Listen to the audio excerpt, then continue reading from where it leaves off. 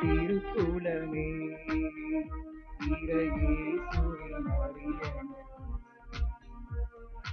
எழுவோம் ஒரு மனதாய் துதித்தொழுவோம் புகழ் பலியாய்.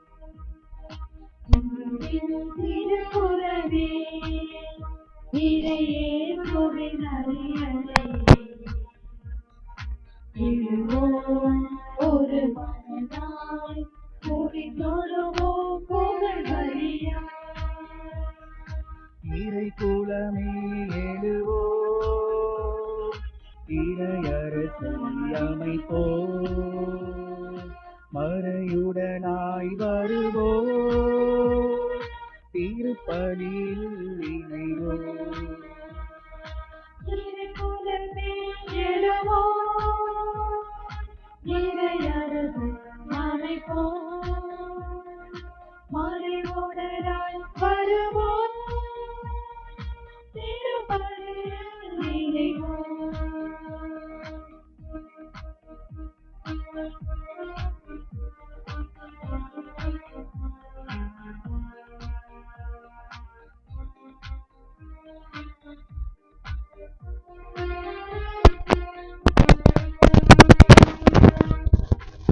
இருளின் ஆற்றிலே மூழ்கடிக்க அன்று நிகழ்ந்த வழியை நினைப்போம்.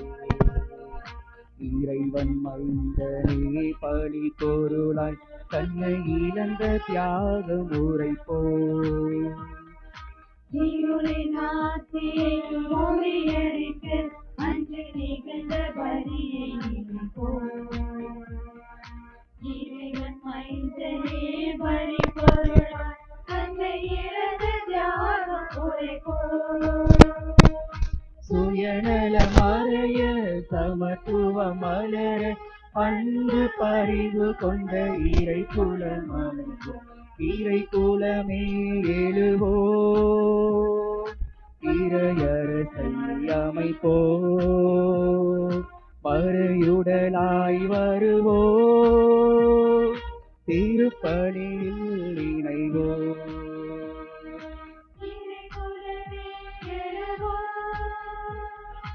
இறையரசை அமைப்போம் மறைவுடனாய் வருவோம் திருப்பலியில் இணைவோம். நம் ஆண்டவராகிய இயேசு கிறிஸ்துவின் சிலுவையில்தான் நாம் பெருமை பாராட்ட வேண்டும். அவரிலேதான் நமக்கு மீட்பும் வாழ்வும் உயிர்த்தெழுதலும் உண்டு. அவர் வழியாகவே நாம் மீட்க பெற்றோம், விடுதலை அடைந்தோம். தந்தை மகன் தூய ஆவியாரின் பெயராலே நம் ஆண்டவராகிய இயேசு கிறிஸ்துவின் அருளும் கடவுளின் அன்பும் தூய ஆவியாரின் நட்புறவும் உங்கள் அனைவரோடும் இருப்பதாக. உம் ஆன்மாவோடும் இருப்பதாக. முன்னுரை. இயேசுவின் பாஸ்கா விழாவை இன்று கொண்டாடுகின்றோம். பாஸ்கா என்றால் கடத்தல் என்று பொருள். பழைய ஏற்பாட்டில் கடவுளின் கனிந்த உள்ளத்தால் பாரவோனின் ஆதிக்கத்திலிருந்தும் அடிமைத்தனத்திலிருந்தும் இஸ்ரேல் மக்கள் விடுதலை அடைந்து கானா நாட்டை உடைமையாக்கி கொண்டனர். அதாவது பாஸ்கா என்ற கடத்தல் நிகழ்வின் வழியாக தீமையின் ஆதிக்கத்திலிருந்து கடந்து வந்து நித்தியத்திற்கும் நிலையான இறைவனை பற்றி கொண்டனர். பழைய ஏற்பாட்டில் பாவத்திற்கு கழுவாயாக செம்மறியாடுகள் பலியிடப்பட்டன. புதிய ஏற்பாட்டிலோ பாவம் போக்கும் செம்மறியாக இயேசுவே பலியாகின்றார். இயேசு தன்னை உடைத்து தனது உடலையும் இரத்தத்தையும் நமக்கு உணவாக தருகின்றார். உலகின் நோய்க்கு மருந்து அன்பு. அன்பு கட்டளையை கொடுத்து அன்பை ஆடையை அணிந்து கொள்ளச் சொன்ன புனித நாள் இன்று. இந்த அன்புக்கு சங்கலையை தாரை வார்த்து அன்பின் ஊழியர்களான குருக்களை ஏற்படுத்திய அன்பின் நாள் இன்று.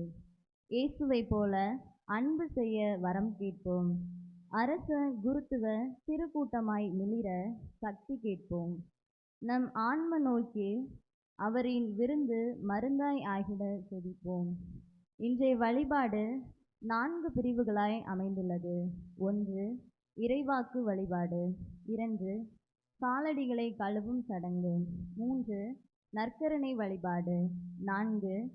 நற்கருணை இடமாற்ற பவனி. இந்த மறை நிகழ்வுகளை ஏற்ற முறையில் கொண்டாட இவற்றில் ஆர்வத்தோடு பங்கேற்போம்.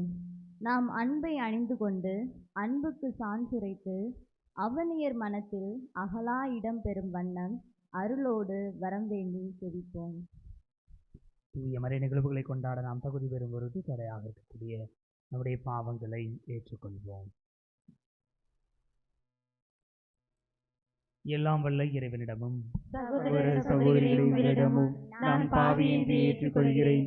ஏனெனில் என் சிந்தனையாலும் சொல்லாலும் செயலாலும் கடமையில் தவறியதாலும் பாவங்கள் பல செய்தேன். என் பாவமே என் பாவமே என் பெரும் பாவமே. ஆகையால் எப்பொழுதும் கன்னியான புனித மரியாதையும் புனிதர் அனைவரையும் சகோதர சகோதரிகளை உங்களையும் நாம் இறைவனாகிய ஆண்டவரிடம் எனக்காக வேண்டிக் கொள்ள மன்றாடுகிறேன். வல்ல இறைவன் மீது இரக்கம் வைத்து நம் பாவங்களை மன்னித்து நிலை வாழ்வுக்கு அழைத்து செல்வாராக. ஆமென்.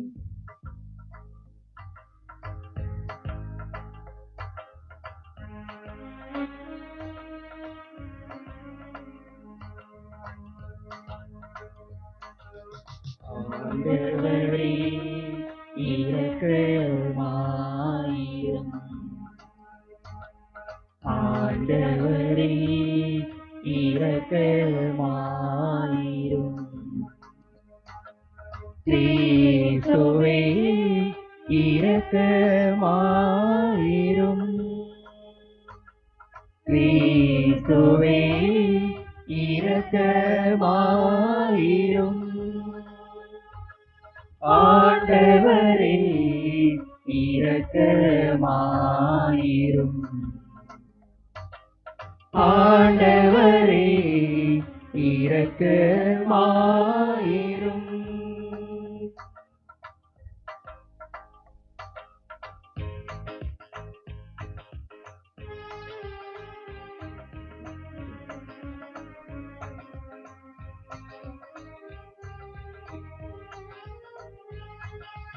உன்னதங்களிலே கடவுளுக்கு மகிமை உண்டாகுக. உலகினிலே நல் மனதோர்க்கு அமைதியும் உண்டாகுக. புகழுகின்றோம் உம்மையே வாழ்த்துகின்றோம் இறைவனே. உமக்கு ஆராதனை புரிந்து உம்மை மாட்சிப்படுத்துகின்றோம் யாம். உமது மேலான மாட்சி பொருட்டு உமக்கு நன்றி கூறுகின்றோம். ஆண்டவராகிய இறைவனே இணையில்லாத விண்ணரசே ஆற்றல் அனைத்தும் கொண்டு விளங்கும் வல்ல தந்தை இறைவனே. ஒரே மகனாக உதித்த ஆண்டவர் இயேசு கிறிஸ்து இறைவனே. ஆண்டவராகிய இறைவனே இறைவனின் திருச்செம்மறியே தந்தையினின்று என்றென்றுமாக உதித்த இறைவன் மகனே நீர். உலகின் பாவம் போக்குபவரே நீரம் மீது இறங்குவீர். உலகின் பாவம் போக்குபவரே எங்கள் மன்றாட்டை ஏற்றருள்வீர். தந்தையின் வலப்பக்கம் வீற்றிருப்பவரே நீரம் மீது இறங்குவீர்.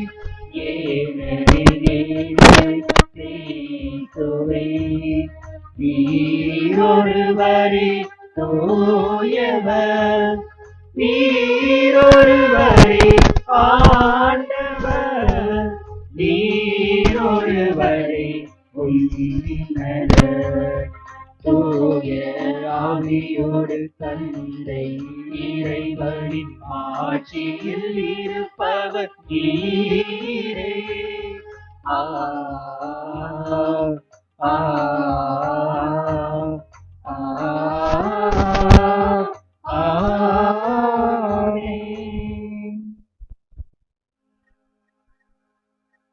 மன்றாடுவோமாக. இறைவாவும் திருமகன் சாவுக்கு தம்மை கையளிக்கும் வேளையில் நிலைத்து நிற்கும் அன்பின் புதிய வழியையும் திருவிருந்தையும் தமது திரு அவைக்கு அளித்தார்.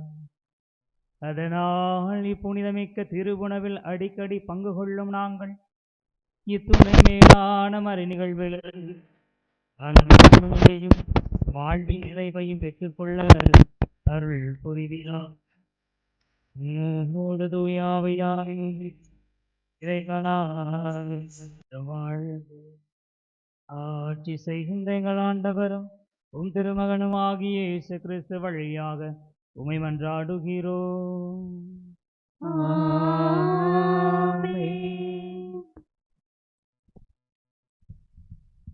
முதல் வாசக முன்னுரை.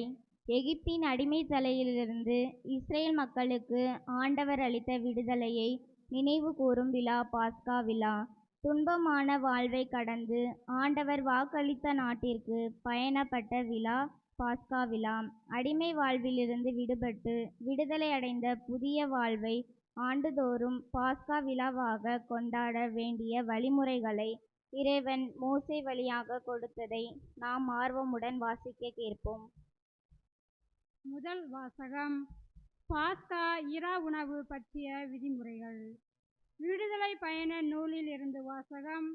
அதிகாரம் 12, இறை வார்த்தைகள் 1-8, 11-14 முடிய இறை வார்த்தைகள். எகிப்து நாட்டில் ஆண்டவர் மோசேக்கும் ஆரோனுக்கும் பின்வருமாறு கூறினார். உங்களுக்கு மாதங்களில் தலையாதி இம்மாதமே, ஆண்டில் உங்களுக்கு முதல் மாதமும் இதுவே. இஸ்ரேல் மக்கள் கூட்டமைப்பு முழுவதற்கும் நீங்கள் அறிவியுங்கள். அவர்கள் இம்மாதம் 10ஆம் நாள் குடும்பத்துக்கு ஓர் ஆடு, வீட்டிற்கு ஓர் ஆடு என்று தேர்ந்தெடுத்து கொள்ளட்டும். ஓர் ஆட்டினை வீட்டில் போதிய ஆட்கள் இல்லையெனில் உண்போரின் எண்ணிக்கைக்கும் உண்ணும் அளவுக்கு ஏற்ப அண்டை வீட்டாரை சேர்த்து கொள்ளட்டும். ஆடு குறைபாடற்றதாக கிடாயாக ஒரு வயது குட்டியாக இருக்க வேண்டும். தேர்ந்தெடுப்பது வெள்ளாடாகவோ செம்மறி ஆடாகவோ இருக்கலாம். இம்மாதம் 14ஆம் நாள் வரை அதை வைத்து பேணுங்கள். அந்நாள் மாலை மங்கும் வேளையில் இஸ்ரேல் மக்கள் கூட்டமைப்பின் அனைத்து சபையும் அதை வெட்ட வேண்டும். இரத்தத்தில் சிறிதளவு எடுத்து உண்ணும் வீடுகளின் 2 கதவு நிலைகளிலும் மேல் சட்டத்திலும் பூச வேண்டும். இறைச்சியை அந்த இரவிலே உண்ண வேண்டும். நெருப்பில் அதனை வாட்டி புளிப்பற்ற அப்பத்தோடும் கசப்பு கீரையோடும் உண்ண வேண்டும். நீங்கள் அதனை உண்ணும் முறையாவது, இடையில் கச்சை கட்டி கால்களில் காலணி அணிந்து கையில் கோல் பிடித்து விரைவாக உண்ணுங்கள். இது ஆண்டவரின் பாஸ்கா. ஏனெனில் நான் இந்நிறைவே எகிப்து நாடெங்கும் கடந்து சென்று எகிப்து நாட்டில் மனிதர் தொடங்கி விலங்கு வரை அனைத்து ஆண்பால் தலைப்பிறப்பையும் சாகடிப்பேன். எகிப்தின் தெய்வங்கள் அனைத்தின் மேலும் நான் தீர்ப்பிடுவேன். நானே ஆண்டவர். இரத்தம் நீங்கள் இருக்கும் வீடுகளில் உங்களுக்கு அடையாளமாக இருக்கும். நான் இரத்தத்தை கண்டு உங்களை கடந்து செல்வேன். எகிப்து நாட்டில் நான் அவர்களை சாகடிக்கும் போது கொல்லும் கொள்ளை நோய் எதுவும் உங்கள் மேல் வராது. இந்நாள் உங்களுக்கு ஒரு நினைவு நாளாக விளங்கும். இதனை ஆண்டவரின் விழாவாக நீங்கள் தலைமுறை தோறும் கொண்டாடுங்கள். இந்த விழா உங்களுக்கு நிலையான நியமமாக இருப்பதாக. ஆண்டவர் வழங்கும் அருள்வாக்கு. திருப்பாடல் 116. நீங்கள் பாட வேண்டிய பல்லவி. நாம் ஆசீர்வதிக்கும் கிண்ணம் கிறிஸ்துவின் இரத்தத்தில் பங்கு கொள்வதன்றோ? நாம் ஆசீர்வதிக்கும் கிண்ணம் கிறிஸ்துவின் இரத்தத்தில் பங்கு கொள்வதன்றோ? நாம் ஆசீர்வதிக்கும் கிண்ணம் கிறிஸ்துவின் இரத்தத்தில் பங்கு கொள்வதன்றோ? நாம் ஆசீர்வதிக்கும் கிண்ணம் கிறிஸ்துவின் இரத்தத்தில் பங்கு கொள்வதன்றோ? ஆண்டவர் எனக்கு செய்த எல்லா நன்மைகளுக்காகவும் நான் என்ன கைமாறு செய்வேன்? மீட்புக்காக நன்றி கூறி கிண்ணத்தை கையில் எடுத்து ஆண்டவருடைய திருப்பெயரை சொல்லி கூப்பிடுவேன். நாம் ஆசீர்வதிக்கும் கிண்ணம் கிறிஸ்துவின் இரத்தத்தில் பங்கு கொள்வதன்றோ? ஆண்டவர் தம் அடியாரின் மரணம் அவருடைய பார்வையில் மிக மதிப்புக்குரியது. ஆண்டவரே, நான் உம் ஊழியன், உம் அடியேன், உமது அடியாளின் மகன். என் கட்டுகளை நீர் அவிழ்த்து விட்டீர். நாம் ஆசீர்வதிக்கும் கிண்ணம் கிறிஸ்துவின் இரத்தத்தில் பங்கு கொள்வதன்றோ? புகழ்ச்சி பலி உமக்கு செலுத்துவேன். ஆண்டவருடைய திருப்பெயரை கூவி அழைப்பேன். ஆண்டவருடைய மக்கள் அனைவரிடையேயும் அவருக்கு என் பொருத்தனைகளை செலுத்துவேன்.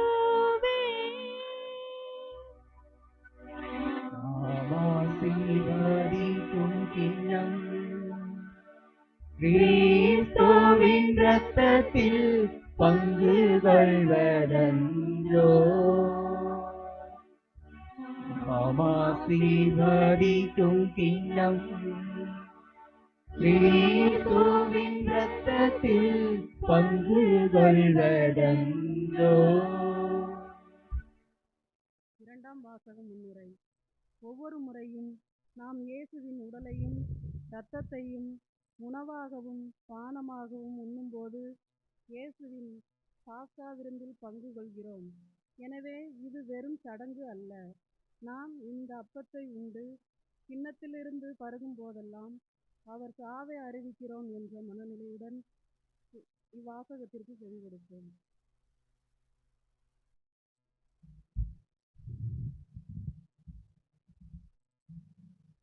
இரண்டாம் வாசகம். அப்பத்தை உண்டு கிண்ணத்தில் பருகும் போதெல்லாம் ஆண்டவருடைய சாவை அறிவிக்கின்றீர்கள். திருத்தூதர் பவுல் கொரிந்தியருக்கு எழுதிய முதல் திருமுகத்திலிருந்து வாசகம். அதிகாரம் 11, இறை வார்த்தைகள் 23 முதல் 26 முடிய. சகோதர சகோதரிகளே, ஆண்டவரிடமிருந்து நான் எதை பெற்று கொண்டேனோ அதையே உங்களிடம் ஒப்படைக்கின்றேன். அதாவது, ஆண்டவராகிய இயேசு காட்டிக் கொடுக்கப்பட்ட அந்த இரவில் அப்பத்தை எடுத்து கடவுளுக்கு நன்றி செலுத்தி அதை பெற்று, இது உங்களுக்கான என் உடல், இதை என் நினைவாகச் செய்யுங்கள் என்றார். அப்படியே உணவு அருந்திய பின் கிண்ணத்தையும் எடுத்து, இந்த கிண்ணம் என் இரத்தத்தால் நிலைப்படுத்தப்படும் புதிய உடன்படிக்கை. நீங்கள் இதிலிருந்து பருகும் போதெல்லாம் என் நினைவாக இவ்வாறு செய்யுங்கள் என்றார். ஆதலால் நீங்கள் இந்த அப்பத்தை உண்டு கிண்ணத்திலிருந்து பருகும் போதெல்லாம் ஆண்டவருடைய சாவை அவர் வரும் வரை அறிவிக்கின்றீர்கள். இது ஆண்டவர் வழங்கும் அருள்வாக்கு. இறைவனுக்கு நன்றி.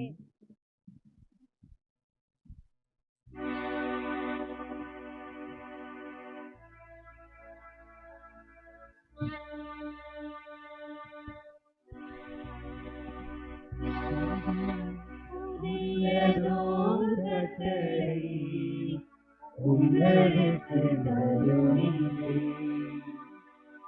உங்களை நான் அன்பு செய்வது போலவே நீங்களும் ஒருவருக்கு ஒருவர் அன்பு செய்யுங்கள் என்றுரைக்கிறார் பெருமாள் இயேசு. ஆண்டவர் உங்களோடு இருப்பாராக. உம் ஆன்மாவோடும் இருப்பாராக. யோவான் எழுதிய நற்செய்தியிலிருந்து வாசகம். ஆண்டவரே மாட்சி உமக்கே.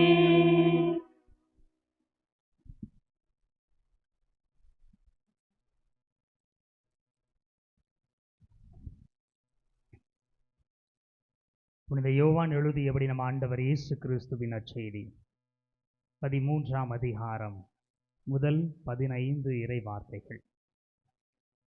திருத்துதர் யோவான் எழுதிய நற்செய்தி 13வது அதிகாரம் முதல் 15 இறை வார்த்தைகள். பாஸ்கா விழா தொடங்க இருந்தது. தாம் இவ்வுலகத்தை விட்டு தந்தையிடம் செல்வதற்கான நேரம் வந்துவிட்டது என்பதை இயேசு அறிந்திருந்தார். உலகில் வாழ்ந்த தமக்குரியோர் மேல் அன்பு கொண்டிருந்த அவர் அவர்கள் மேல் இறுதி வரையும் அன்பு செலுத்தினார். இயேசுவை காட்டிக் கொடுக்கும் எண்ணத்தை அலகை சீமோனின் மகனாகிய யூதாசு இஸ்காரியோத்தின் உள்ளத்தில் எழச் செய்திருந்தது. இரவுணவு வேளையில் தந்தை அனைத்தையும் தம் கையில் ஒப்படைத்துள்ளார் என்பதையும், தாம் கடவுளிடமிருந்து வந்தது போல் அவரிடமே திரும்பி செல்ல வேண்டும் என்பதையும் அறிந்தவராய் இயேசு பந்தியிலிருந்து எழுந்து தம் மேலுடையை கழற்றி வைத்துவிட்டு ஒரு துண்டை எடுத்து இடுப்பில் கட்டிக்கொண்டார். பின்னர் ஒரு குவளையில் தண்ணீர் எடுத்து சீடர்களுடைய காலடிகளை கழுவி இடுப்பில் கட்டியிருந்த துண்டால் துடைக்கத் தொடங்கினார். சீமோன் பேதுருவிடம் இயேசு வந்தபோது அவர், ஆண்டவரே, நீரா என் காலடிகளை கழுவப் போகிறீர் என்று கேட்டார். இயேசு மறுமொழியாக, நான் செய்வது இன்னதென்று இப்போது உனக்கு புரியாது, பின்னரே புரிந்து கொள்வாய் என்றார். பேதுரு இயேசுவிடம், நீர் என் காலடிகளை கழுவ விடவே மாட்டேன் என்றார். இயேசு பேதுருவை பார்த்து, நான் உன் காலடிகளை கழுவாவிட்டால் என்னோடு உனக்கு பங்கு இல்லை என்றார். அப்போது சீமோன் பேதுரு, அப்படியானால் ஆண்டவரே, என் காலடிகளை மட்டுமல்ல, என் கைகளையும் தலையையும் கூட கழுவும் என்றார். இயேசு அவரிடம், குளித்து விட்டவர் தம் காலடிகளை மட்டும் கழுவினால் போதும், அவர் தூய்மையாகி விடுவார். நீங்களும் தூய்மையாய் இருக்கிறீர்கள், ஆனாலும் அனைவரும் தூய்மையாய் இல்லை என்றார். தம்மை காட்டிக் கொடுப்பவன் எவன் என்று அவருக்கு ஏற்கனவே தெரிந்திருந்தது. எனவேதான் உங்களுள் அனைவரும் தூய்மையாய் இல்லை என்றார். அவர்களுடைய காலடிகளை கழுவியபின் இயேசு தம் மேலுடையை அணிந்து கொண்டு மீண்டும் பந்தியில் அமர்ந்து அவர்களிடம் கூறியது, நான் உங்களுக்கு செய்தது என்னவென்று உங்களுக்கு புரிந்ததா? நீங்கள் என்னை போதகர் என்றும் ஆண்டவர் என்றும் அழைக்கிறீர்கள். நீங்கள் அவ்வாறு கூப்பிடுவது முறையே. நான் போதகர்தான், ஆண்டவர்தான். ஆகவே ஆண்டவரும் போதகருமான நான் உங்கள் காலடிகளை கழுவினேன் என்றால், நீங்களும் ஒருவர் மற்றவருடைய காலடிகளை கழுவ கடமைப்பட்டிருக்கிறீர்கள். நான் செய்தது போல நீங்களும் செய்யுமாறு நான் உங்களுக்கு முன்மாதிரி காட்டினேன் என்றார். ஆண்டவரின் அருள்வாக்கு. கிறிஸ்துவே உமக்கு புகழ். இயேசுவில் இனியவர்களே, ஆண்டவருடைய பாஸ்கா விழாவை இந்த நாளிலே கொண்டாடுகிறோம். தவ காலத்தில் பெரும் மகிழ்ச்சிக்குரிய ஒரு நாள். இயேசு கிறிஸ்து நற்கருணை ஏற்படுத்துகிறார், சீடத்துவத்தை குருத்துவத்தை ஏற்படுத்துகிறார், அன்பு கட்டளை கொடுக்கிறார். இந்த நாளின் முக்கியத்துவமாகிய இந்த 3 பண்புகளையும் குறித்து நாம் சிந்தித்து பார்ப்பது மிகவும் சிறந்ததாக இருக்கும் என்று நினைக்கிறேன். இனியவர்களே, நற்கருணை என்பதன் பொருள் நல்ல கருணை என்று சொல்வார்கள். இயேசு நற்கருணையை ஏன் ஏற்படுத்த வேண்டும்? உலகத்தில் மனிதர்களை இணைக்கின்ற காரியம் ஏராளம் இருக்கின்றது. முதல்ல ஒரு ஃபோன் உண்டு, நோக்கியாவுக்கு இங்கே ஆன் பண்ணவொடனே வர்ற வார்த்தை நோக்கியா, கனெக்டிங் பீப்புள் அப்படின்றது.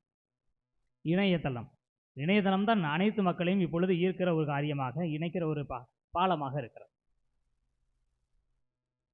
பணம் எல்லா மக்களுக்கும் மிகவும் பிடித்தது. பணம் புது நோட்டாக இருந்தாலும் சரி, பழைய நோட்டாக இருந்தாலும் சரி, சற்று கிழிந்திருந்தாலும் சரி, நாம் எப்படியாவது பயன்படுத்திக் கொள்ளலாம் என்கிற நினைப்பு எல்லாரிடமும் உண்டு.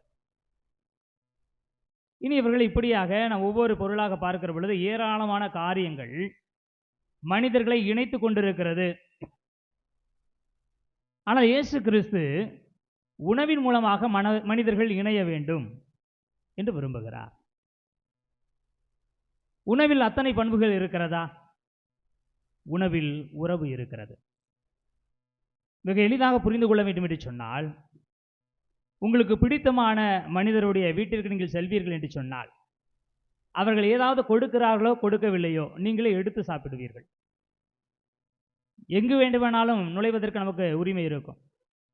வீட்டுக்கு போனோம்னா நம்மளே கேட்போம், கொஞ்சம் தண்ணி கூட, ஜூஸ் ஏதாவது வச்சுருக்கியா, ஃப்ரிட்ஜில் என்ன இருக்குது, ஒரு தக்காளி பழமாக நம்ம கேட்டு சாப்பிடுவோம். ஆனால் பிடிக்காத ஒரு மனிதருடைய வீட்டிற்கு நாம் செல்வோம் என்று சொன்னால், முதலில் நாம் நிறுத்துவது உணவுகளை. தண்ணி கொடுப்பாங்க, இல்லை இப்போ தான் குடிச்சிட்டு வந்தேன். டீ குடிக்கிறீங்களா? இப்போ தான் குடிச்சிட்டு வந்தேன். சாப்பிட்றீங்களா? இவ்வளோ நேரத்திலே சாப்பிட்றது, 12 மணி தானே ஆகுது, 1 மணி தான் ஆகுது. இல்லை நான் வீட்டுக்கு போய் சாப்பிட்றேன், வீட்டில் சாப்பாடு வீணாயிரும், இன்னும் கொஞ்சம் நேரம் காத்துக்கிட்டு இருப்பாங்க, ஏதாவது காரணம் சொல்லுவோம். எனவே இனியவர்களே, உணவை ஒருவர் ஏற்றுக்கொள்வதும் உணவை ஒருவர் மறுதளிப்பதும் மறுத்து விடுவதும் அவரோடு நாம் கொண்டிருக்கிற உறவை வெளிப்படுத்துகிற ஒன்றாக இருக்கிறது. உணவு வெறுமனே கூட்டி சேர்ப்பது மட்டுமல்ல, உணவிற்காக வருகிறவர்கள் எல்லாம் ஒன்றாக இருப்பவர்கள் என்றும் அல்ல. எது சிறந்த உதாரணம் என்று ஒருவரிடம் கேட்கிற பொழுது காகை என்று ஒருவர் சொல்கிறார். இல்லை, காக்காக்கள் கூட்டமாக வரும். நீங்கள் உணவுப் பொருள் போடுவீர்கள் என்று சொன்னால் அந்த உணவை தின்பதற்காக ஒரு காகம் இன்னொரு காகத்தை கொத்தி விரட்டும் என்று சொல்வார்கள்.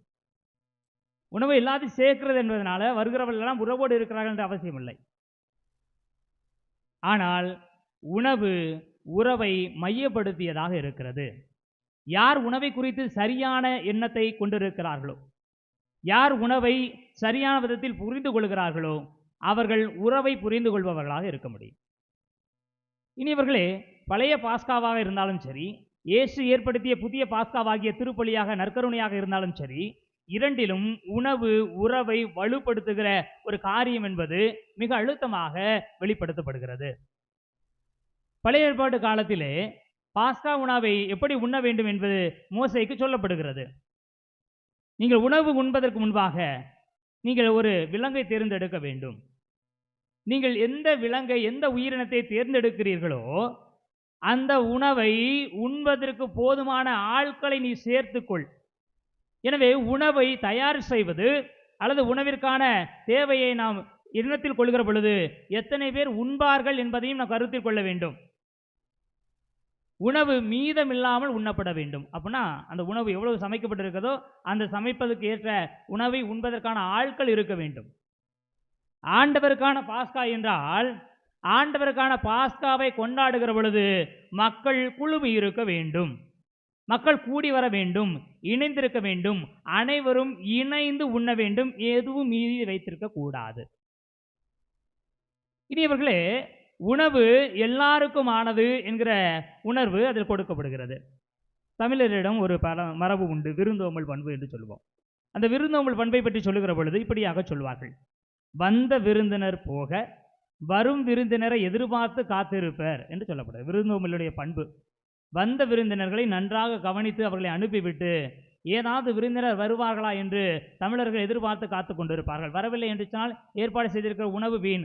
ஆனால் அவர்கள் உணவை ஏற்பாடு செய்வார்கள். பழைய காலத்தில் 2 பேர் இருந்தாலும் 4 பேருக்கு உணவு ஏற்பாடு செய்யப்படும்.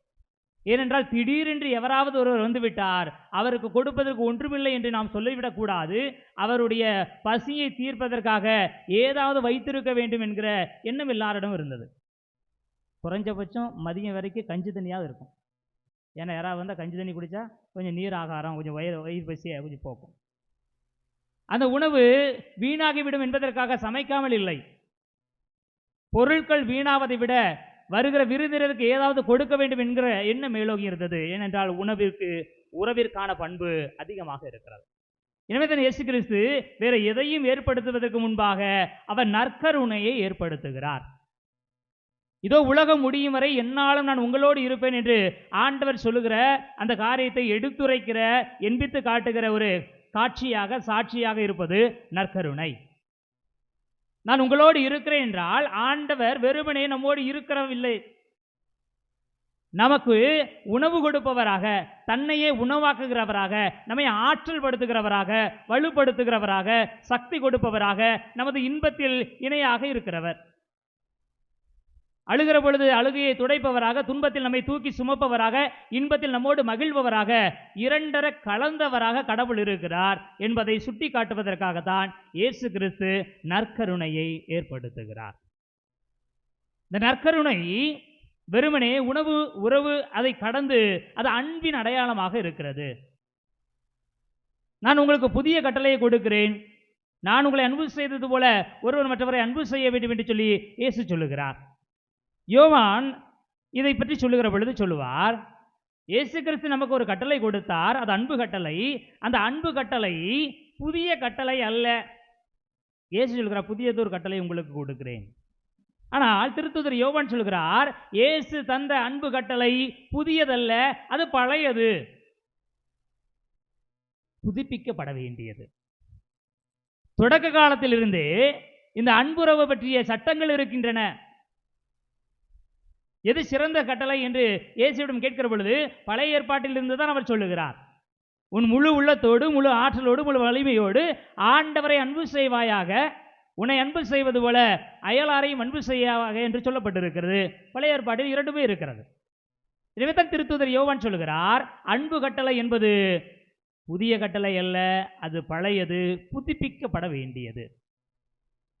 இனியவர்களே, நற்கருணை உணவு எல்லாரையும் ஒன்றாக கூட்டுகிறது என்று சொன்னால், கூடி வருகிற மக்கள் தங்களிடம் இருக்கிற அன்புறவை ஒவ்வொரு நாளும் புதுப்பித்துக் கொள்ள வேண்டும். எனவே தான் புதிய புதிய உணவுகள் சமைக்கப்படுகிறது. காலை உணவு, மதிய உணவு, இரவு உணவு, அடுத்த நாள் கொள்ளும். பழைய சாப்பாடு இருந்துச்சுன்னா அது வீட்டுக்காரங்க வச்சு விடுவாங்க. எனக்கு கஞ்சி இருக்குது போதும், பிள்ளைகளுக்கு ஏதாவது புதுசாக சமைச்சு கொடுப்போம். வருகிற விருந்தினருக்கு பழைய சாப்பாடு கொடுக்க மாட்டோம். கஞ்சியில் ஆற்றல் இருக்கலாம், பழைய கஞ்சி உடம்புக்கு நல்லதாக இருக்கலாம். ஆனால் வீட்டுக்கு யாராவது வந்தால் புதிய உணவை தயாரித்து கொடுப்போம். புதுப்பிக்கப்படுதல், உறவை புதுப்பித்தல், அன்பை புதுப்பித்தல். எனவே இயேசு கிறிஸ்து சொல்லுகிற புதிய கட்டளை என்பது அந்த அன்புறவை நீங்கள் புதுப்பித்துக் கொள்ளுங்கள். இயேசு சொல்ல விரும்புகிற காரியம் என்ன? உங்களை நான் அன்பு செய்தது போல நீங்கள் ஒருவர் மற்றவரை அன்பு செய்யுங்கள்.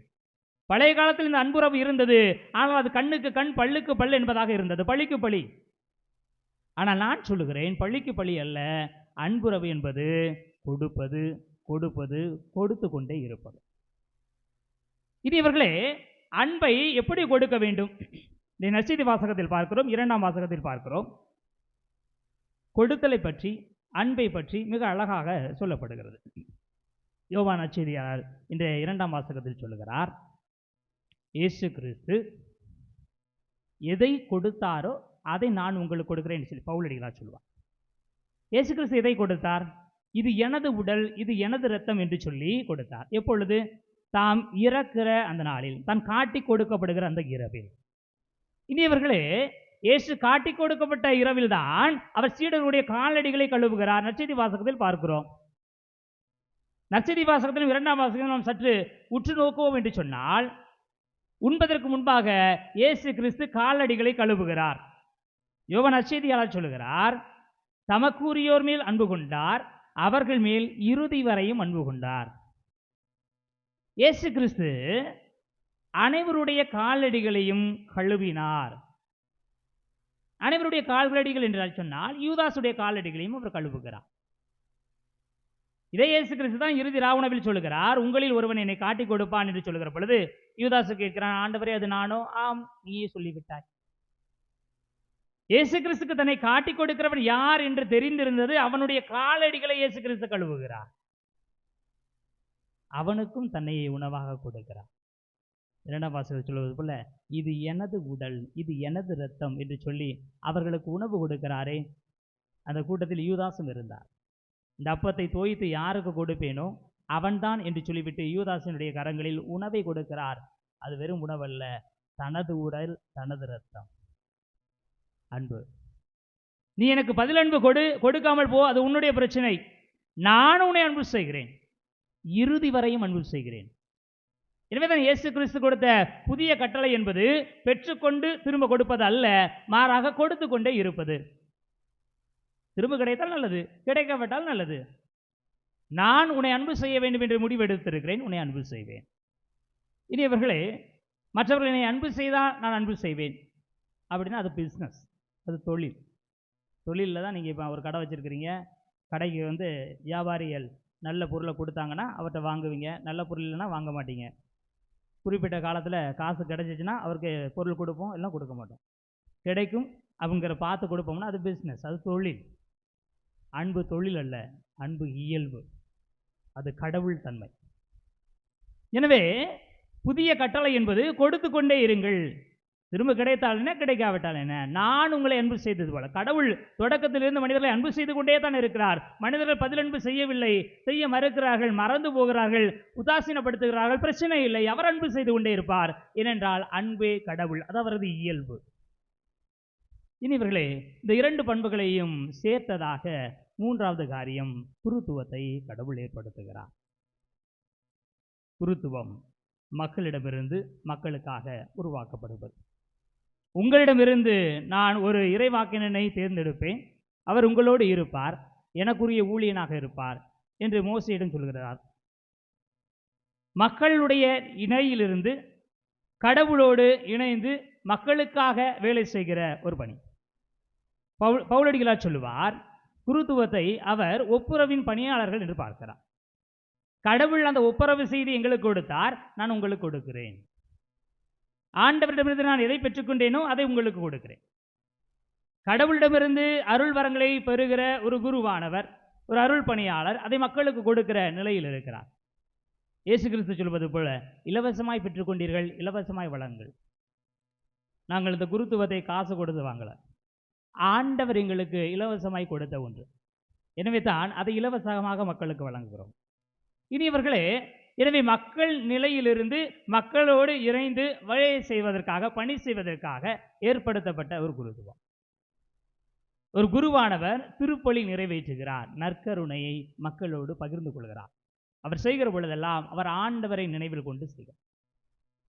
ஆண்டவர் உறவு பாராட்ட சொல்கிற மனிதர்களோடு நான் உறவோடு வாழ்கிறேன். இனியவர்களே, அன்பு செய்தி மக்களுக்கு பிடிச்சா என்ன, பிடிக்காட்டி என்ன, அந்த இடத்தில் இருக்கிற மக்கள் என்னுடைய பிள்ளைகள், பங்கு தந்தை, அந்த பங்கிற்கு நான் தந்தை. அவர்களை ஏற்றுக்கொள்கிறார்கள், ஏற்றுக்கொள்ளவில்லை, என்னை அன்பு செய்கிறார்கள், அன்பு செய்யவில்லை, அதுன்னு பிரச்சனை இல்லை, நான் அன்பு செய்வேன். எனவே தான் அந்த பங்கில் இருக்கிற எல்லா குடும்பமும் அவருடைய பிள்ளைகளாக மாறுகிறார்கள். இனி இவர்களை நான் குருவானவராக மாறுவதற்கு முந்தியதாக இருந்த பத்திரிகை கொடுத்து கொண்டிருக்கிற பொழுது ஒரு இன்ஸ்பெக்டர்கிட்ட எங்கள் வீட்டில் வச்சு பத்திரிகை கொடுத்தோம். அப்போ அவர் கேட்டார், நீங்கள் கல்யாணம் முடிக்க மாட்டீங்களா என்று கேட்டார். இல்லை, கத்தோலிக்க திரு அவையிலே ஒரு குருவானவர் திருமணம் முடிப்பதில்லை. நீங்கள் முடிக்கலன்னா அவங்க சந்ததிலாம் எப்படி அப்படின்னு சொல்லி கேட்குற பொழுது எங்கள் அப்பா ஒரு பதில் சொன்னான். அவன் ஒரு வேளை கல்யாணம் முடித்தோம்னா எங்கள் வீட்டில் 10 பேர், விஞ்சி போனால் இந்த காலத்தில் ஒரு 4-5 பிள்ளைங்க பெற்றுக்கிறாங்க. அவ்வளோதான், 4-5 பிள்ளைகளுக்கு தான் அவன் ஒரு தந்தையாக இருப்பான். ஆனால் அவன் திருமணம் முடிக்கவில்லை. அவன் குருவானவராக மாறுகிற பொழுது நான் அவனுடைய முதல் பிள்ளை என்று சொன்னான். இவர்களே, என்னுடைய தந்தையினுடைய அந்த ஒரு எண்ணம், என் பையனுக்கு நான் முதல் பிள்ளை. அவர் தந்தை என்றால், குருவானவர் என்றார், அவர் எல்லாருக்கும் தகப்பனாக மாறுகிறார். நான் ஏற்கனவே உங்கள்கிட்ட சொல்லியிருப்பேன், நான் சாமியாராக ஆகிற வரை கூட எங்கள் அப்பா 2-3 வார்த்தை அட்வைஸ் பண்ணுவாங்களே தவிர இப்போலாம் என்கிட்ட அட்வைஸ் பண்ணுறதே இல்லை. உங்களுக்கு தெரியாதா, நீங்கள் ஞான தந்தை இல்லையா, எல்லா மக்களும் உங்கள்கிட்ட தேடி வருவாங்க, நாங்கள் உங்களுக்கு அறிவுரை சொல்ல முடியுமா என்று கேட்பாங்க. இனி இவர்களே, கடவுள் தன்மையிலிருந்து மக்களுக்காக பணி செய்கிற ஒரு வாய்ப்பு அருள் பணியாளருக்கு கொடுக்கப்படுகிறது. அவர் புதிய கட்டளையை தனது கட்டளையாக மாற்றி பணி செய்கிறார், வாழ்கிறார். நற்கருணையை மக்களுக்கு பகிர்ந்து கொடுத்து அதை உறவு சமுதாயமாக மாற்றுகிறார். எனவே தான் அதிகமாக அன்பியங்களுக்கு முக்கியத்துவம் கொடுப்பதுதான் காரணம். உறவு சமூகமாக ஒரு பங்கு சமூகம் இருக்க வேண்டும் என்று சொன்னால் அன்பியத்திற்கிடையே அந்த உறவுகள் வலுப்படுத்தப்பட வேண்டும், அன்பியங்கள் புதுப்பிக்கப்பட வேண்டும், அன்பியத்திலே அந்த இறை ஆற்றல் ஊடுருவி பாய வேண்டும். எங்கு அன்பியங்கள் கட்டி அமைக்கப்படுகிறதோ, கட்டி எழுப்பப்படுகிறதோ, அன்பியங்கள் உயிரோட்டமானதாக மாறுகிறதோ, அந்த பங்கு சமூகமே உறவு சமூகமாக மாறுகிறது. இனிவர்கள் அதனால தான் ஒவ்வொரு நிகழ்விலும் நம்ம அன்பியங்களை மையப்படுத்தி அன்பியங்களை முன்னிறுத்தி எல்லா காரியங்களையும் செய்து கொண்டிருக்கிறோம். நற்கருணை எப்படி ஒரே அப்பத்தில் அனைவரும் பங்கு பெறுகிறோமோ அதுபோல பங்கு சமூகம் முழுவதுமாக அன்பியத்தில் ஒன்றிணைந்து ஊடுருவி பாய்ந்து வளர்கிறது. இந்த 3 பண்புகளை இந்த நாளில் நாம் சிந்தித்து பார்ப்போம். இயேசு கிறிஸ்துவினுடைய திருவுடல் திரு இரத்தத்தை நற்கருணையை நான் பெற்றுக்கொள்கிற போது அந்த உறவு சமூகமாக நான் மாறுகிறேனா? அவருடைய குருத்துவத்தை பற்றி நான் சிந்திக்கிற பொழுது குருவானவர் நிகழ்த்துகிற, குருவானவரோடு இணைந்து நான் நிறைவேற்றுகிற இந்த கல்வாரி பலியிலே கலந்து கொள்கிற பொழுது அந்த உறவில் நான் பங்கெடுக்கிறேனா? இயேசுவினுடைய புதிய கட்டளையை நான் என்னுடைய வாழ்வாக மாற்றுகிறேனா என்று சிந்தித்து பார்ப்போம். கடவுள் நம் அனைவரையும் ஆசீர்வதிப்பார். காலடிகளை கழுவும் சடங்கு. பாலஸ்தீன் பகுதி அதிக புழுதி படிந்த பகுதி. கோடை காலங்களில் அதிக புழுதி படியும், மழை காலங்களில் அதிக சேரும் சகதியும் படியும். அதனால் பாலஸ்தீன யூதர்கள் நீண்ட காலணி அணிவார்கள். வெளியில் சென்றுவிட்டு வீட்டிற்குள் நுழையும் போது அங்கே அவர்கள் காலடிகளை கழுவ அடிமை ஒரு துண்டோடு காத்திருப்பார். அடிமை இல்லாதவர்கள் தாங்களாகவே காலடிகளை கழுவி கொள்வார்கள். அதே யூத கலாச்சாரத்தில் வருகின்ற இயேசு சற்று வித்தியாசமாக இருக்கின்றார். தானே முன் சென்று தன் சீடர்களின் காலடிகளை கழுவி பாடம் கற்றுத் தருகிறார். பணிவும் கனிவும் கொண்டவன் தான் உண்மையான தலைவன் என்பதை எண்பித்து காட்டும் இயேசுவின் மனநிலையோடு இப்புனித சடங்கில் பங்கெடுப்போம்.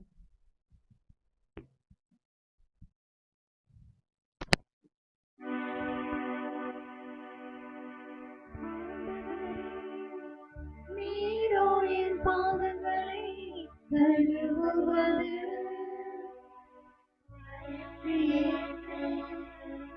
நான் உன் பாதங்களை கழுவாவிடில் உனக்கு என்னோடு பங்கில்லை. உன் பேரிடம் அவர் வரவே பேதுரு அவரை நோக்கி சொன்னது, ஆண்டவரே, நீரோ என் பாதங்களை கழுவுவது நான் உன் பாதங்களை கழுவாவிடில் உனக்கு என்னோடு பங்கில்லை. தாம் செய்வது இன்னதென்று உனக்கு இப்போது தெரியாது, பின்னரே விளங்கும். ஆண்டவரே, நீரோ என் பாதங்களை கழுவுவது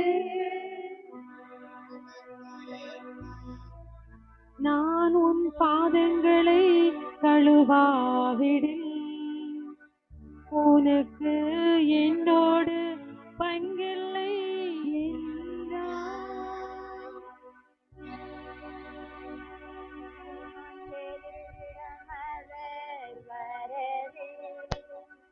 பேதுரு அவரை நோக்கி சொன்னது, ஆண்டவரே, நீரோ என் பாதங்களை கழுவுவது அதற்கு இயேசு, நான் உன் பாதங்களை கழுவாவிடில் உனக்கு என்னோடு பங்கில்லை.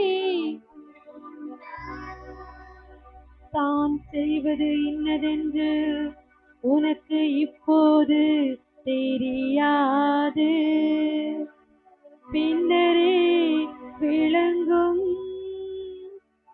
ஆண்டவரே, நீரோ என் பாதங்களை கழுவுவது.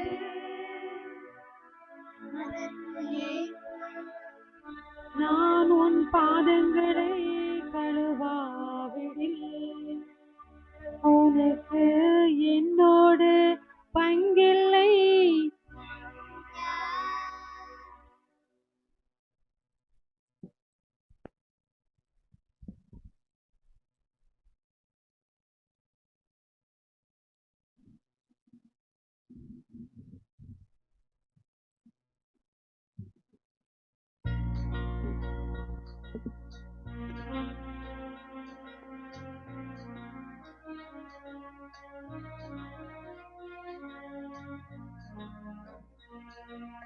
அன்பும் நட்பும் எங்குள்ளதோ அங்கே இறைவன் இருக்கின்றார். அன்பும் நட்பும் எங்குள்ளதோ அங்கே இறைவன் இருக்கின்றார்.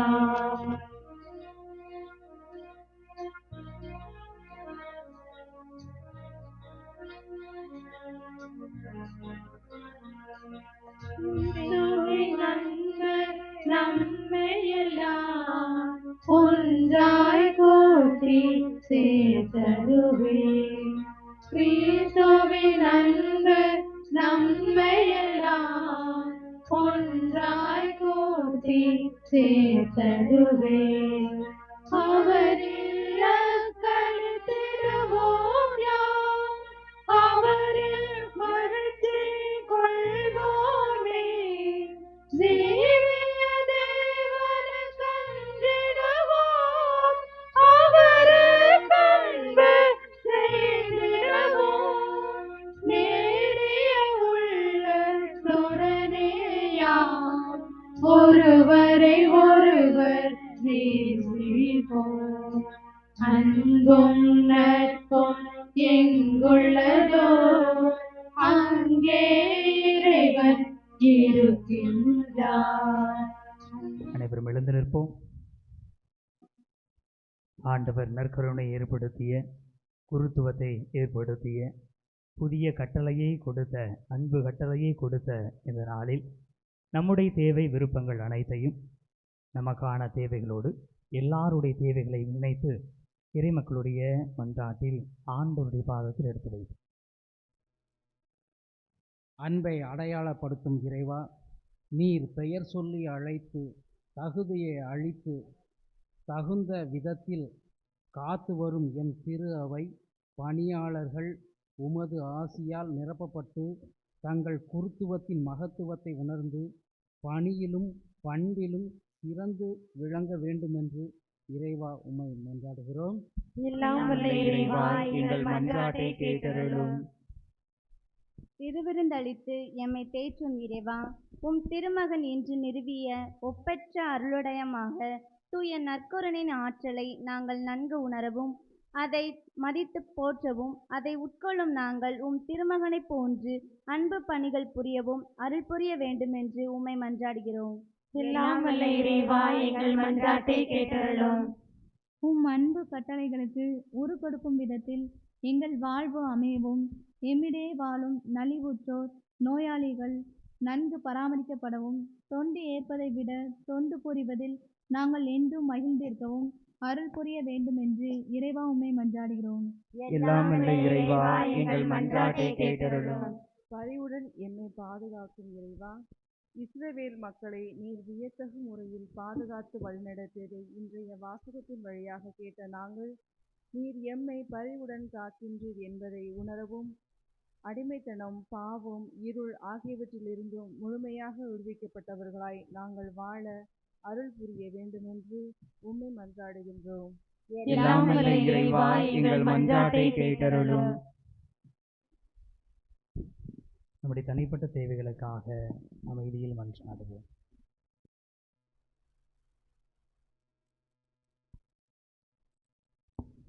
ஆண்டவரே, உமது பாதத்தில் நம்பிக்கையோடு எடுத்து வைத்திருக்கிற எல்லா மன்றாட்டுகளுக்கும் கனிவோடு செவி சாய்ப்பீராக. இவற்றையெல்லாம் தந்தை எங்களை ஆசீர்வதிக்குமாறு எங்கள் ஆண்டவராகிய கிறிஸ்து வழியாக மன்றாடுகிறோம். ஆமென்.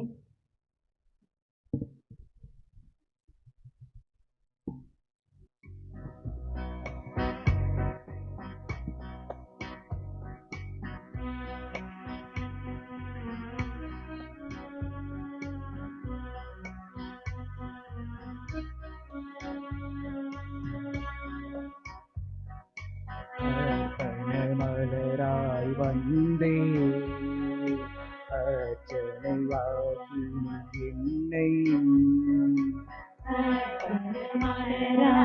வந்தே அர்ச்சனையாகி என்னை மனமில்லாத மலரானாலும் இதழ் வாடி போனாலும் மனமில்லாத மலரானாலும் இதழ் வாடி போனாலும் வேள்வியில் சேர்த்து கொள்வார் அந்த ஜோதியில் நிறைவு கொள்வேன். வேள்வியில் சேர்த்துக் கொள்வார் அந்த ஜோதியில் நிறைவு கொள்வேன்.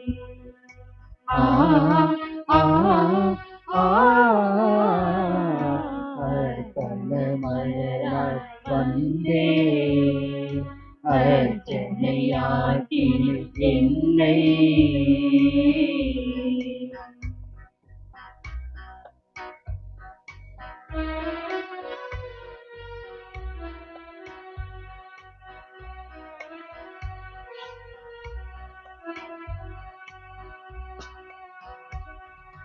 கோதுமை மணியாய் மடிந்து என்னை வெண்ணிறப்பமாய் தந்தே. கோதுமை மணியாய் மடிந்து என்னை வெண்ணிறப்பமாய் தந்தே. என்னுடல் உன்னுடலாகிடவே உன்னுடலாய் நான் மாறிடவே மகிழ்வுடன் தந்தேனே. என்னை கனிவுடன் ஏற்பாயே மகிழ்வுடன் தந்தேனே. என்னை கனிவுடன் ஏற்பாயே. ஆ ஆ ஆ மலராய் வந்தே அர்ச்சனையாகி என்னை.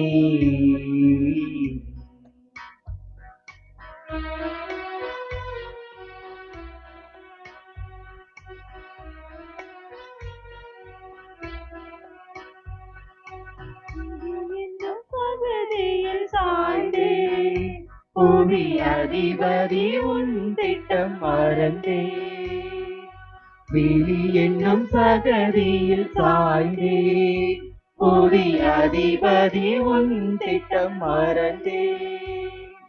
மதியில்லாதவன் ஆனாலும் விழியிழந்தே நான் போனாலும் புதியுடன் சேர்த்துக் கொள்வார். நான் கவியுடன் பாட்டில் செய்வேன். சுதியுடன் சேர்த்துக் கொள்வார். நான் கவியுடன் பாட்டில் செய்வேன். ஆ ஆ ஆ மலராய் வந்தே அர்ச்சனையாகி என்னை.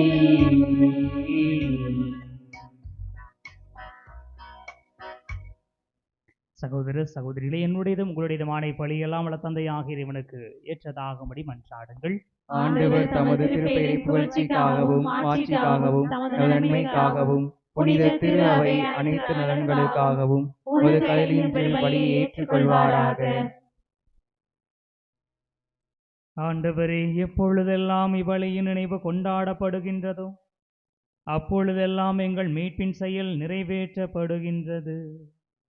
எனவே நாங்கள் இம்மறை நிகழ்வுகளில் தகுதியுடன் பங்கேற்க எங்களுக்கு அருள்வீராக. எங்கள் ஆண்டவராகிய கிறிஸ்து வழியாக உம்மையே மன்றாடுகிறோம். ஆண்டவர் உங்களோடு இருப்பாராக. ஆன்மாவோடும் இருப்பாராக. இதயங்களை மேலே எழுப்புங்கள். ஆண்டவரிடம் எழுப்பியுள்ளோம். இறைவனாகிய ஆண்டவருக்கு நன்றி கூறுவோம். அது தகுதியும் நீதியும் ஆனதே. ஆண்டவரே, தூயவரான தந்தையே, என்றும் உள்ள எல்லாம் வல்ல இறைவா, எங்கள் ஆண்டவராகிய கிறிஸ்து வழியாக எந்நாளும் எவ்விடத்திலும் நாங்கள் உமக்கு நன்றி செலுத்துவது மெய்யாகவே தகுதியும் நீதியுமாகும். எங்கள் கடமையும் மீட்புக்கு உரிய செயலுமாகும். என்றுமுள்ள மெய்யான குருவாகியவர் நிலையான பலிமுறை ஏற்படுத்தினார். மீட்பு அளிக்கும் பலிபொருளாக முதல் நம்மையே உமக்கு ஒப்பு கொடுத்து தம் நினைவாக நாங்களும் பலி செலுத்த வேண்டும் என்று கற்பித்தார். எங்களுக்காக பலியான அவருடைய திருவுடலை உண்ணும் போதெல்லாம் நாங்கள் வலிமை பெறுகின்றோம். அவர் எங்களுக்காக சிந்திய திரு இரத்தத்தை பருகும் போதெல்லாம் நாங்கள் கழுவப்பட்டு தூய்மை அடைகின்றோம். ஆகவே வானதூதர் முதன்மை வானதூதரோடும் அரியணையில் அமர்வோர் தலைமை தாங்குவோரோடும் வான் படைகளின் அணிகள் அனைத்தோடும் சேர்ந்து நாங்கள் உமது மாட்சியை புகழ்ந்து முடிவின்றி பாடுவதாவது: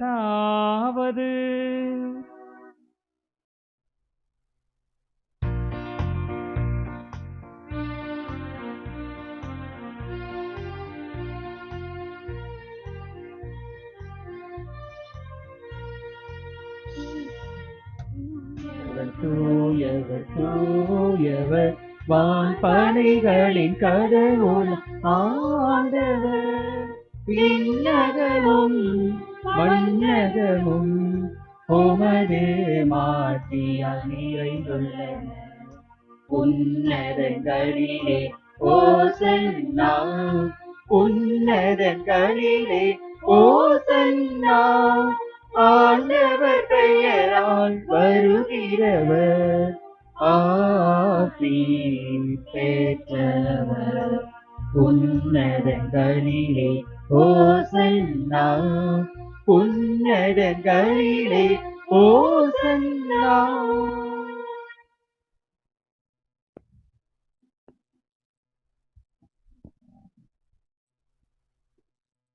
ஆண்டவரே, நிர்மையாகவே தூயவர். உடைய படைப்புகளெல்லாம் உமை புகழ்வது தகுமே.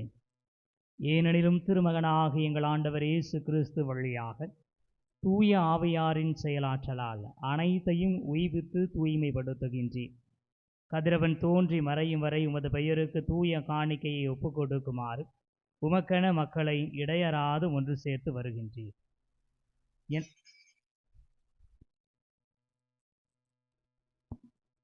எனவே ஆண்டவரே, உமக்கு அர்ப்பணிக்க நாங்கள் கொண்டு வந்துள்ள இக்காணிக்கைகளை அதே ஆவியால் தூய்மைப்படுத்த உமை தாழ்மையுடன் மன்றாடுகின்றோம். இவ்வாறு திருமகனாக எங்கள் ஆண்டவர் இயேசு கிறிஸ்துவின் உடலாகவும் இரத்தமாகவும் இவை மாறுவனவாக அவர் பணித்தவாறே இம்மறை நிகழ்வுகளை கொண்டாடுகின்றோம். ஏனெனில் அவர் காட்டி கொடுக்கப்பட்ட இரவில் அப்பத்தை எடுத்து உமக்கு நன்றி செலுத்தி ஆசி வழங்கி அதை பிட்டு தம் சீடர்களுக்கு அளித்து அவர் கூறியதாவது: அனைவரும் இதிலிருந்து பெற்று உண்ணுங்கள், ஏனெனில் இது உங்களுக்காக கையளிக்கப்படும் என் உடல்.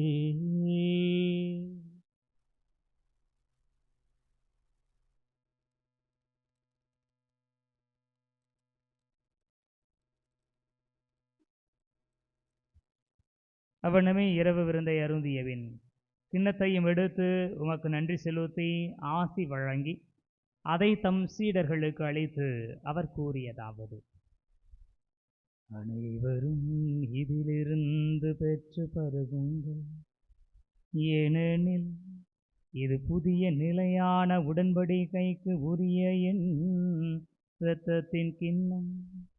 இது பாவ மன்னிப்புக்கென்று உங்களுக்காகவும் பலருக்காகவும் சிந்தப்படும். இதை என் நினைவாக செய்யுங்கள்.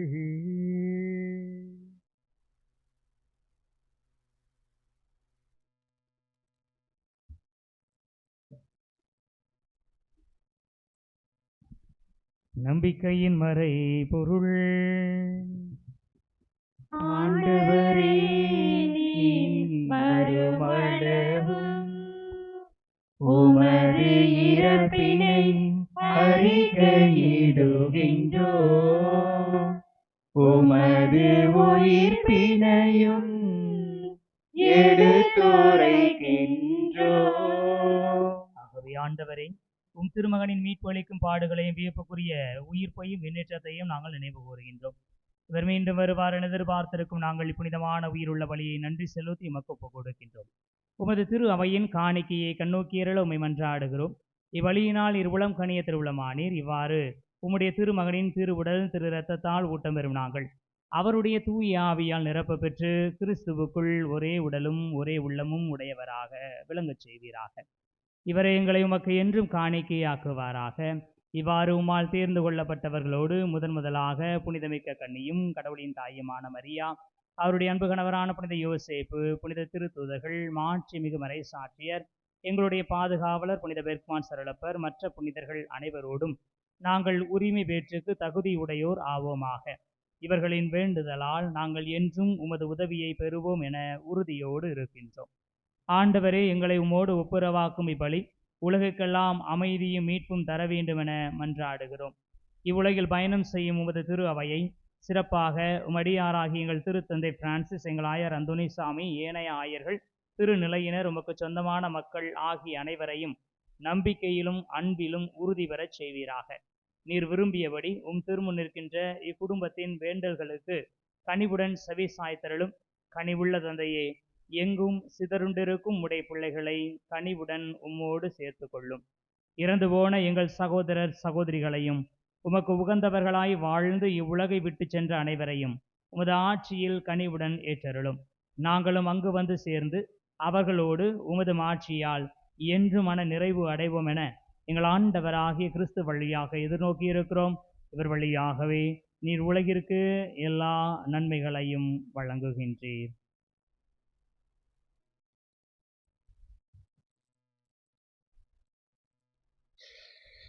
இவர் வழியாக இவரோடு இவரில் எல்லாம் வல்ல இறைவனாகிய தந்தையே, தூய ஆவியாரின் ஒன்றிப்பில் எல்லா புகழும் ஆட்சியும் என்றென்றும் உமக்கு உரியதே.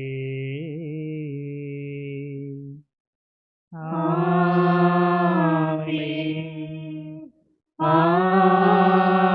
ஆமென். ஆமென்.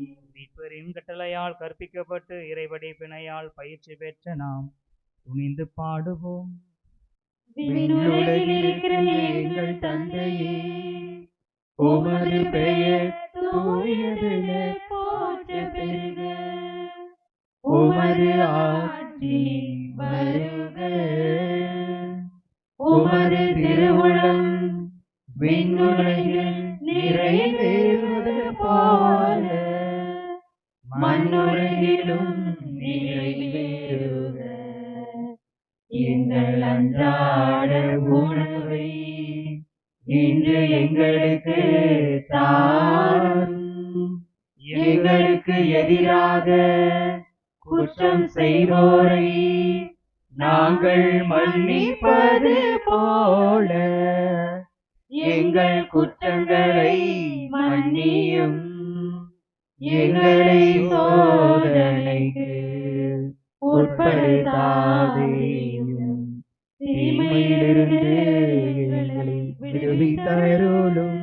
ஆண்டவரே, தீமை அனைத்திலும் இருந்து எங்களை விடுவித்து எங்கள் வாழ்நாளில் அமைதியை கனிவுடன் அருள உம்மை மன்றாடுகின்றோம்.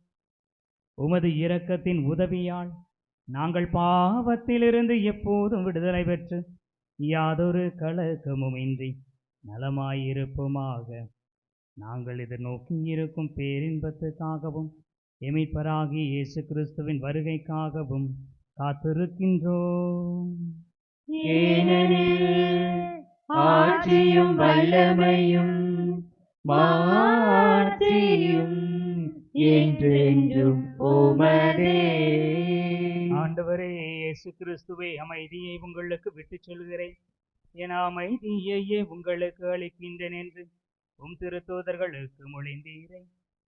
எங்கள் பாவங்களை பாராமல் உமது திரு அவையின் நம்பிக்கையை கண்ணோக்கி உமது திருவுளத்திற்கு ஏற்ப அதற்கு அமைதியையும் ஒற்றுமையையும் அளித்தருள்வீராக. என்றென்றும் வாழ்ந்து ஆட்சி செய்கின்றவர் நீரே. ஆண்டவருடைய அமைதி உங்களோடு என்றும் இருப்பதாக. உம் ஆன்மாவோடும் இருப்பதாக. ஒருவருக்கொருவர் உறவின் வாழ்த்தை அறிவித்து மகிழ்வோம்.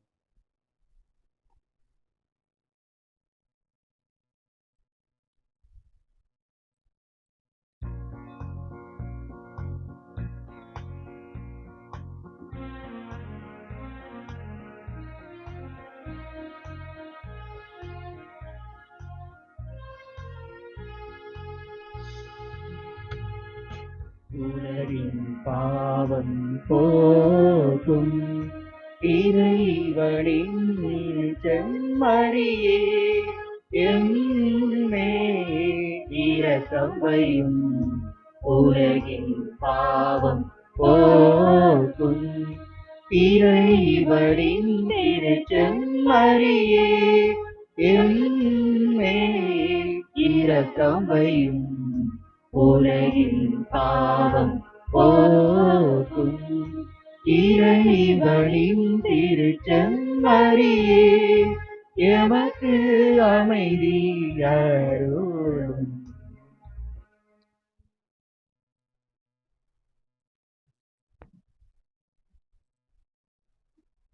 இதோ இறைவனின் செம்மறி, இதோ உலகின் பாவங்களை போக்குபவர்.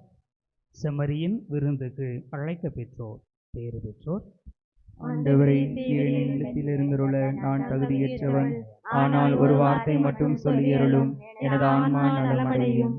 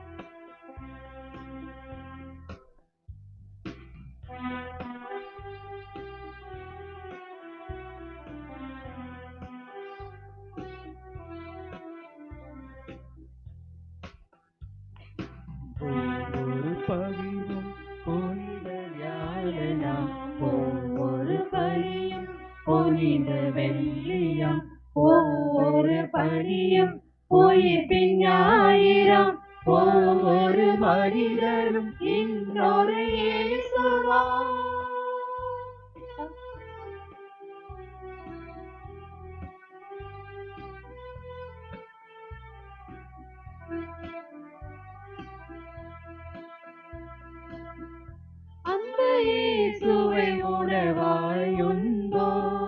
இந்த பாரினில் அவராய் வாழ்வோம்.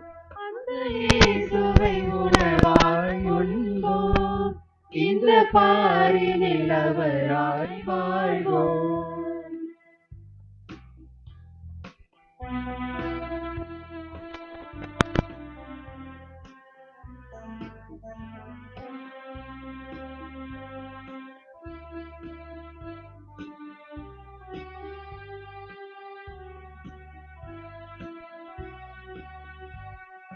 இருப்பதை பகிர்வதில் பெறுகின்ற இன்பம் எதிலும் இல்லையே.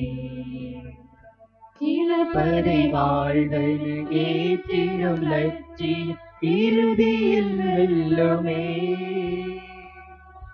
இருப்பதை பகிர்வதில் பெறுகின்ற இன்பம் எதிலும் இல்லையே. இழப்பதை வாழ்வது ஏற்றிடும் லட்சியம் இறுதியில் வெல்லுமே. வீதியில் வாடும் நேரிய மனங்கள் நீதியில் நிலைத்திடுமே. வீதியில் வாடும் நேரிய மனங்கள் நீதியில் நிலைத்திடுமே. நம்மை இழப்போம் பின்பு உயிர்ப்போம்.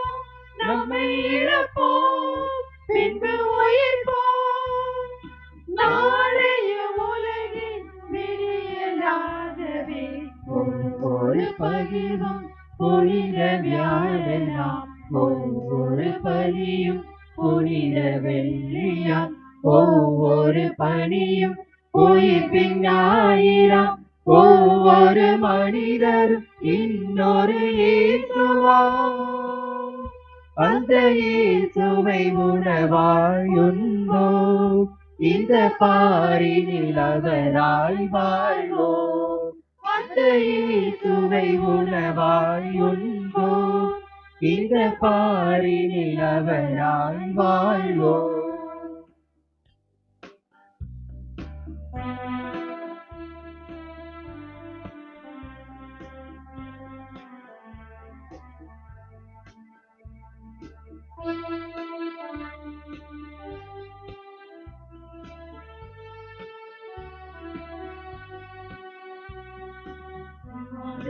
கழுவிய பணிவிடை செயலே தேவமானதே.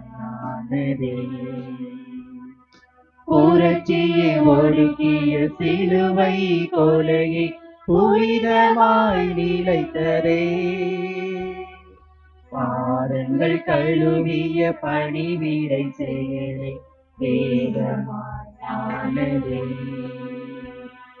புரட்சியை ஒடுக்கிய சிலுவை கொலையை புனிதமாய் நிலைத்ததே. இயேசுவின் பலியும் இறப்பும் உயிர்ப்பும் இறையன்பின் சாட்சிகளே. இயேசுவின் பலியும் இறப்பும் உயிர்ப்பும் இறையன்பின் சாட்சிகளே.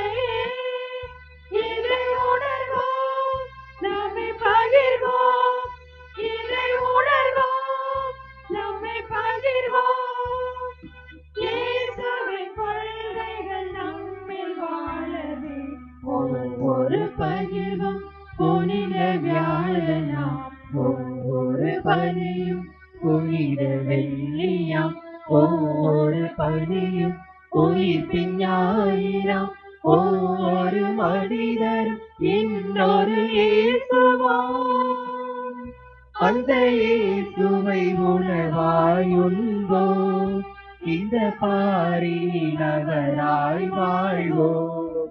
அந்த இயேசுவை உணவாய் உண்போம். இந்த பாரினில் அவராய் வாழ்வோம்.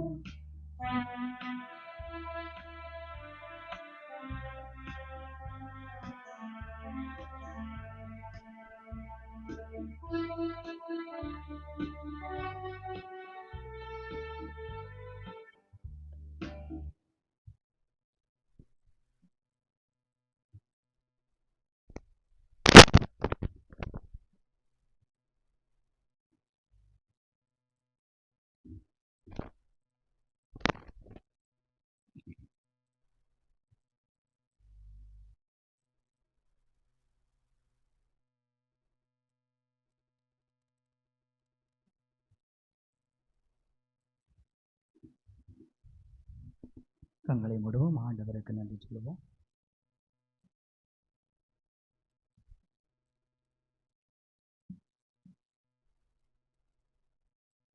இயேசு நாம் அன்பு செய்யாத சூழ்நிலையில் கூட நம்மை அன்பு செய்கிறவர். நமக்காக தமது உடலையும் இரத்தத்தையும் உணவாக பானமாக தந்திருக்கிறார். இயேசுவுக்கு நன்றி சொல்லுவோம். அன்னை மரியாவுக்கும் நன்றி சொல்லுவோம். இயேசு வாழ்க, மரியே வாழ்க. புனித பெருமான் சரளப்பரை நன்றி கூறி மன்றாடுவோமாக. எல்லாம் வல்ல இறைவா, எங்களுக்கு அருள் புரிவீராக. உம் திருமகனின் இரவு விருந்தினால் இவ்வுலகில் ஊட்டம் பெறும் நாங்கள் என்றென்றும் நிறைவு அடைய தகுதி பெறுவோமாக. எங்கள் ஆண்டவராகிய கிறிஸ்து வழியாக உம்மை மன்றாடுகிறோம். ஆமென்.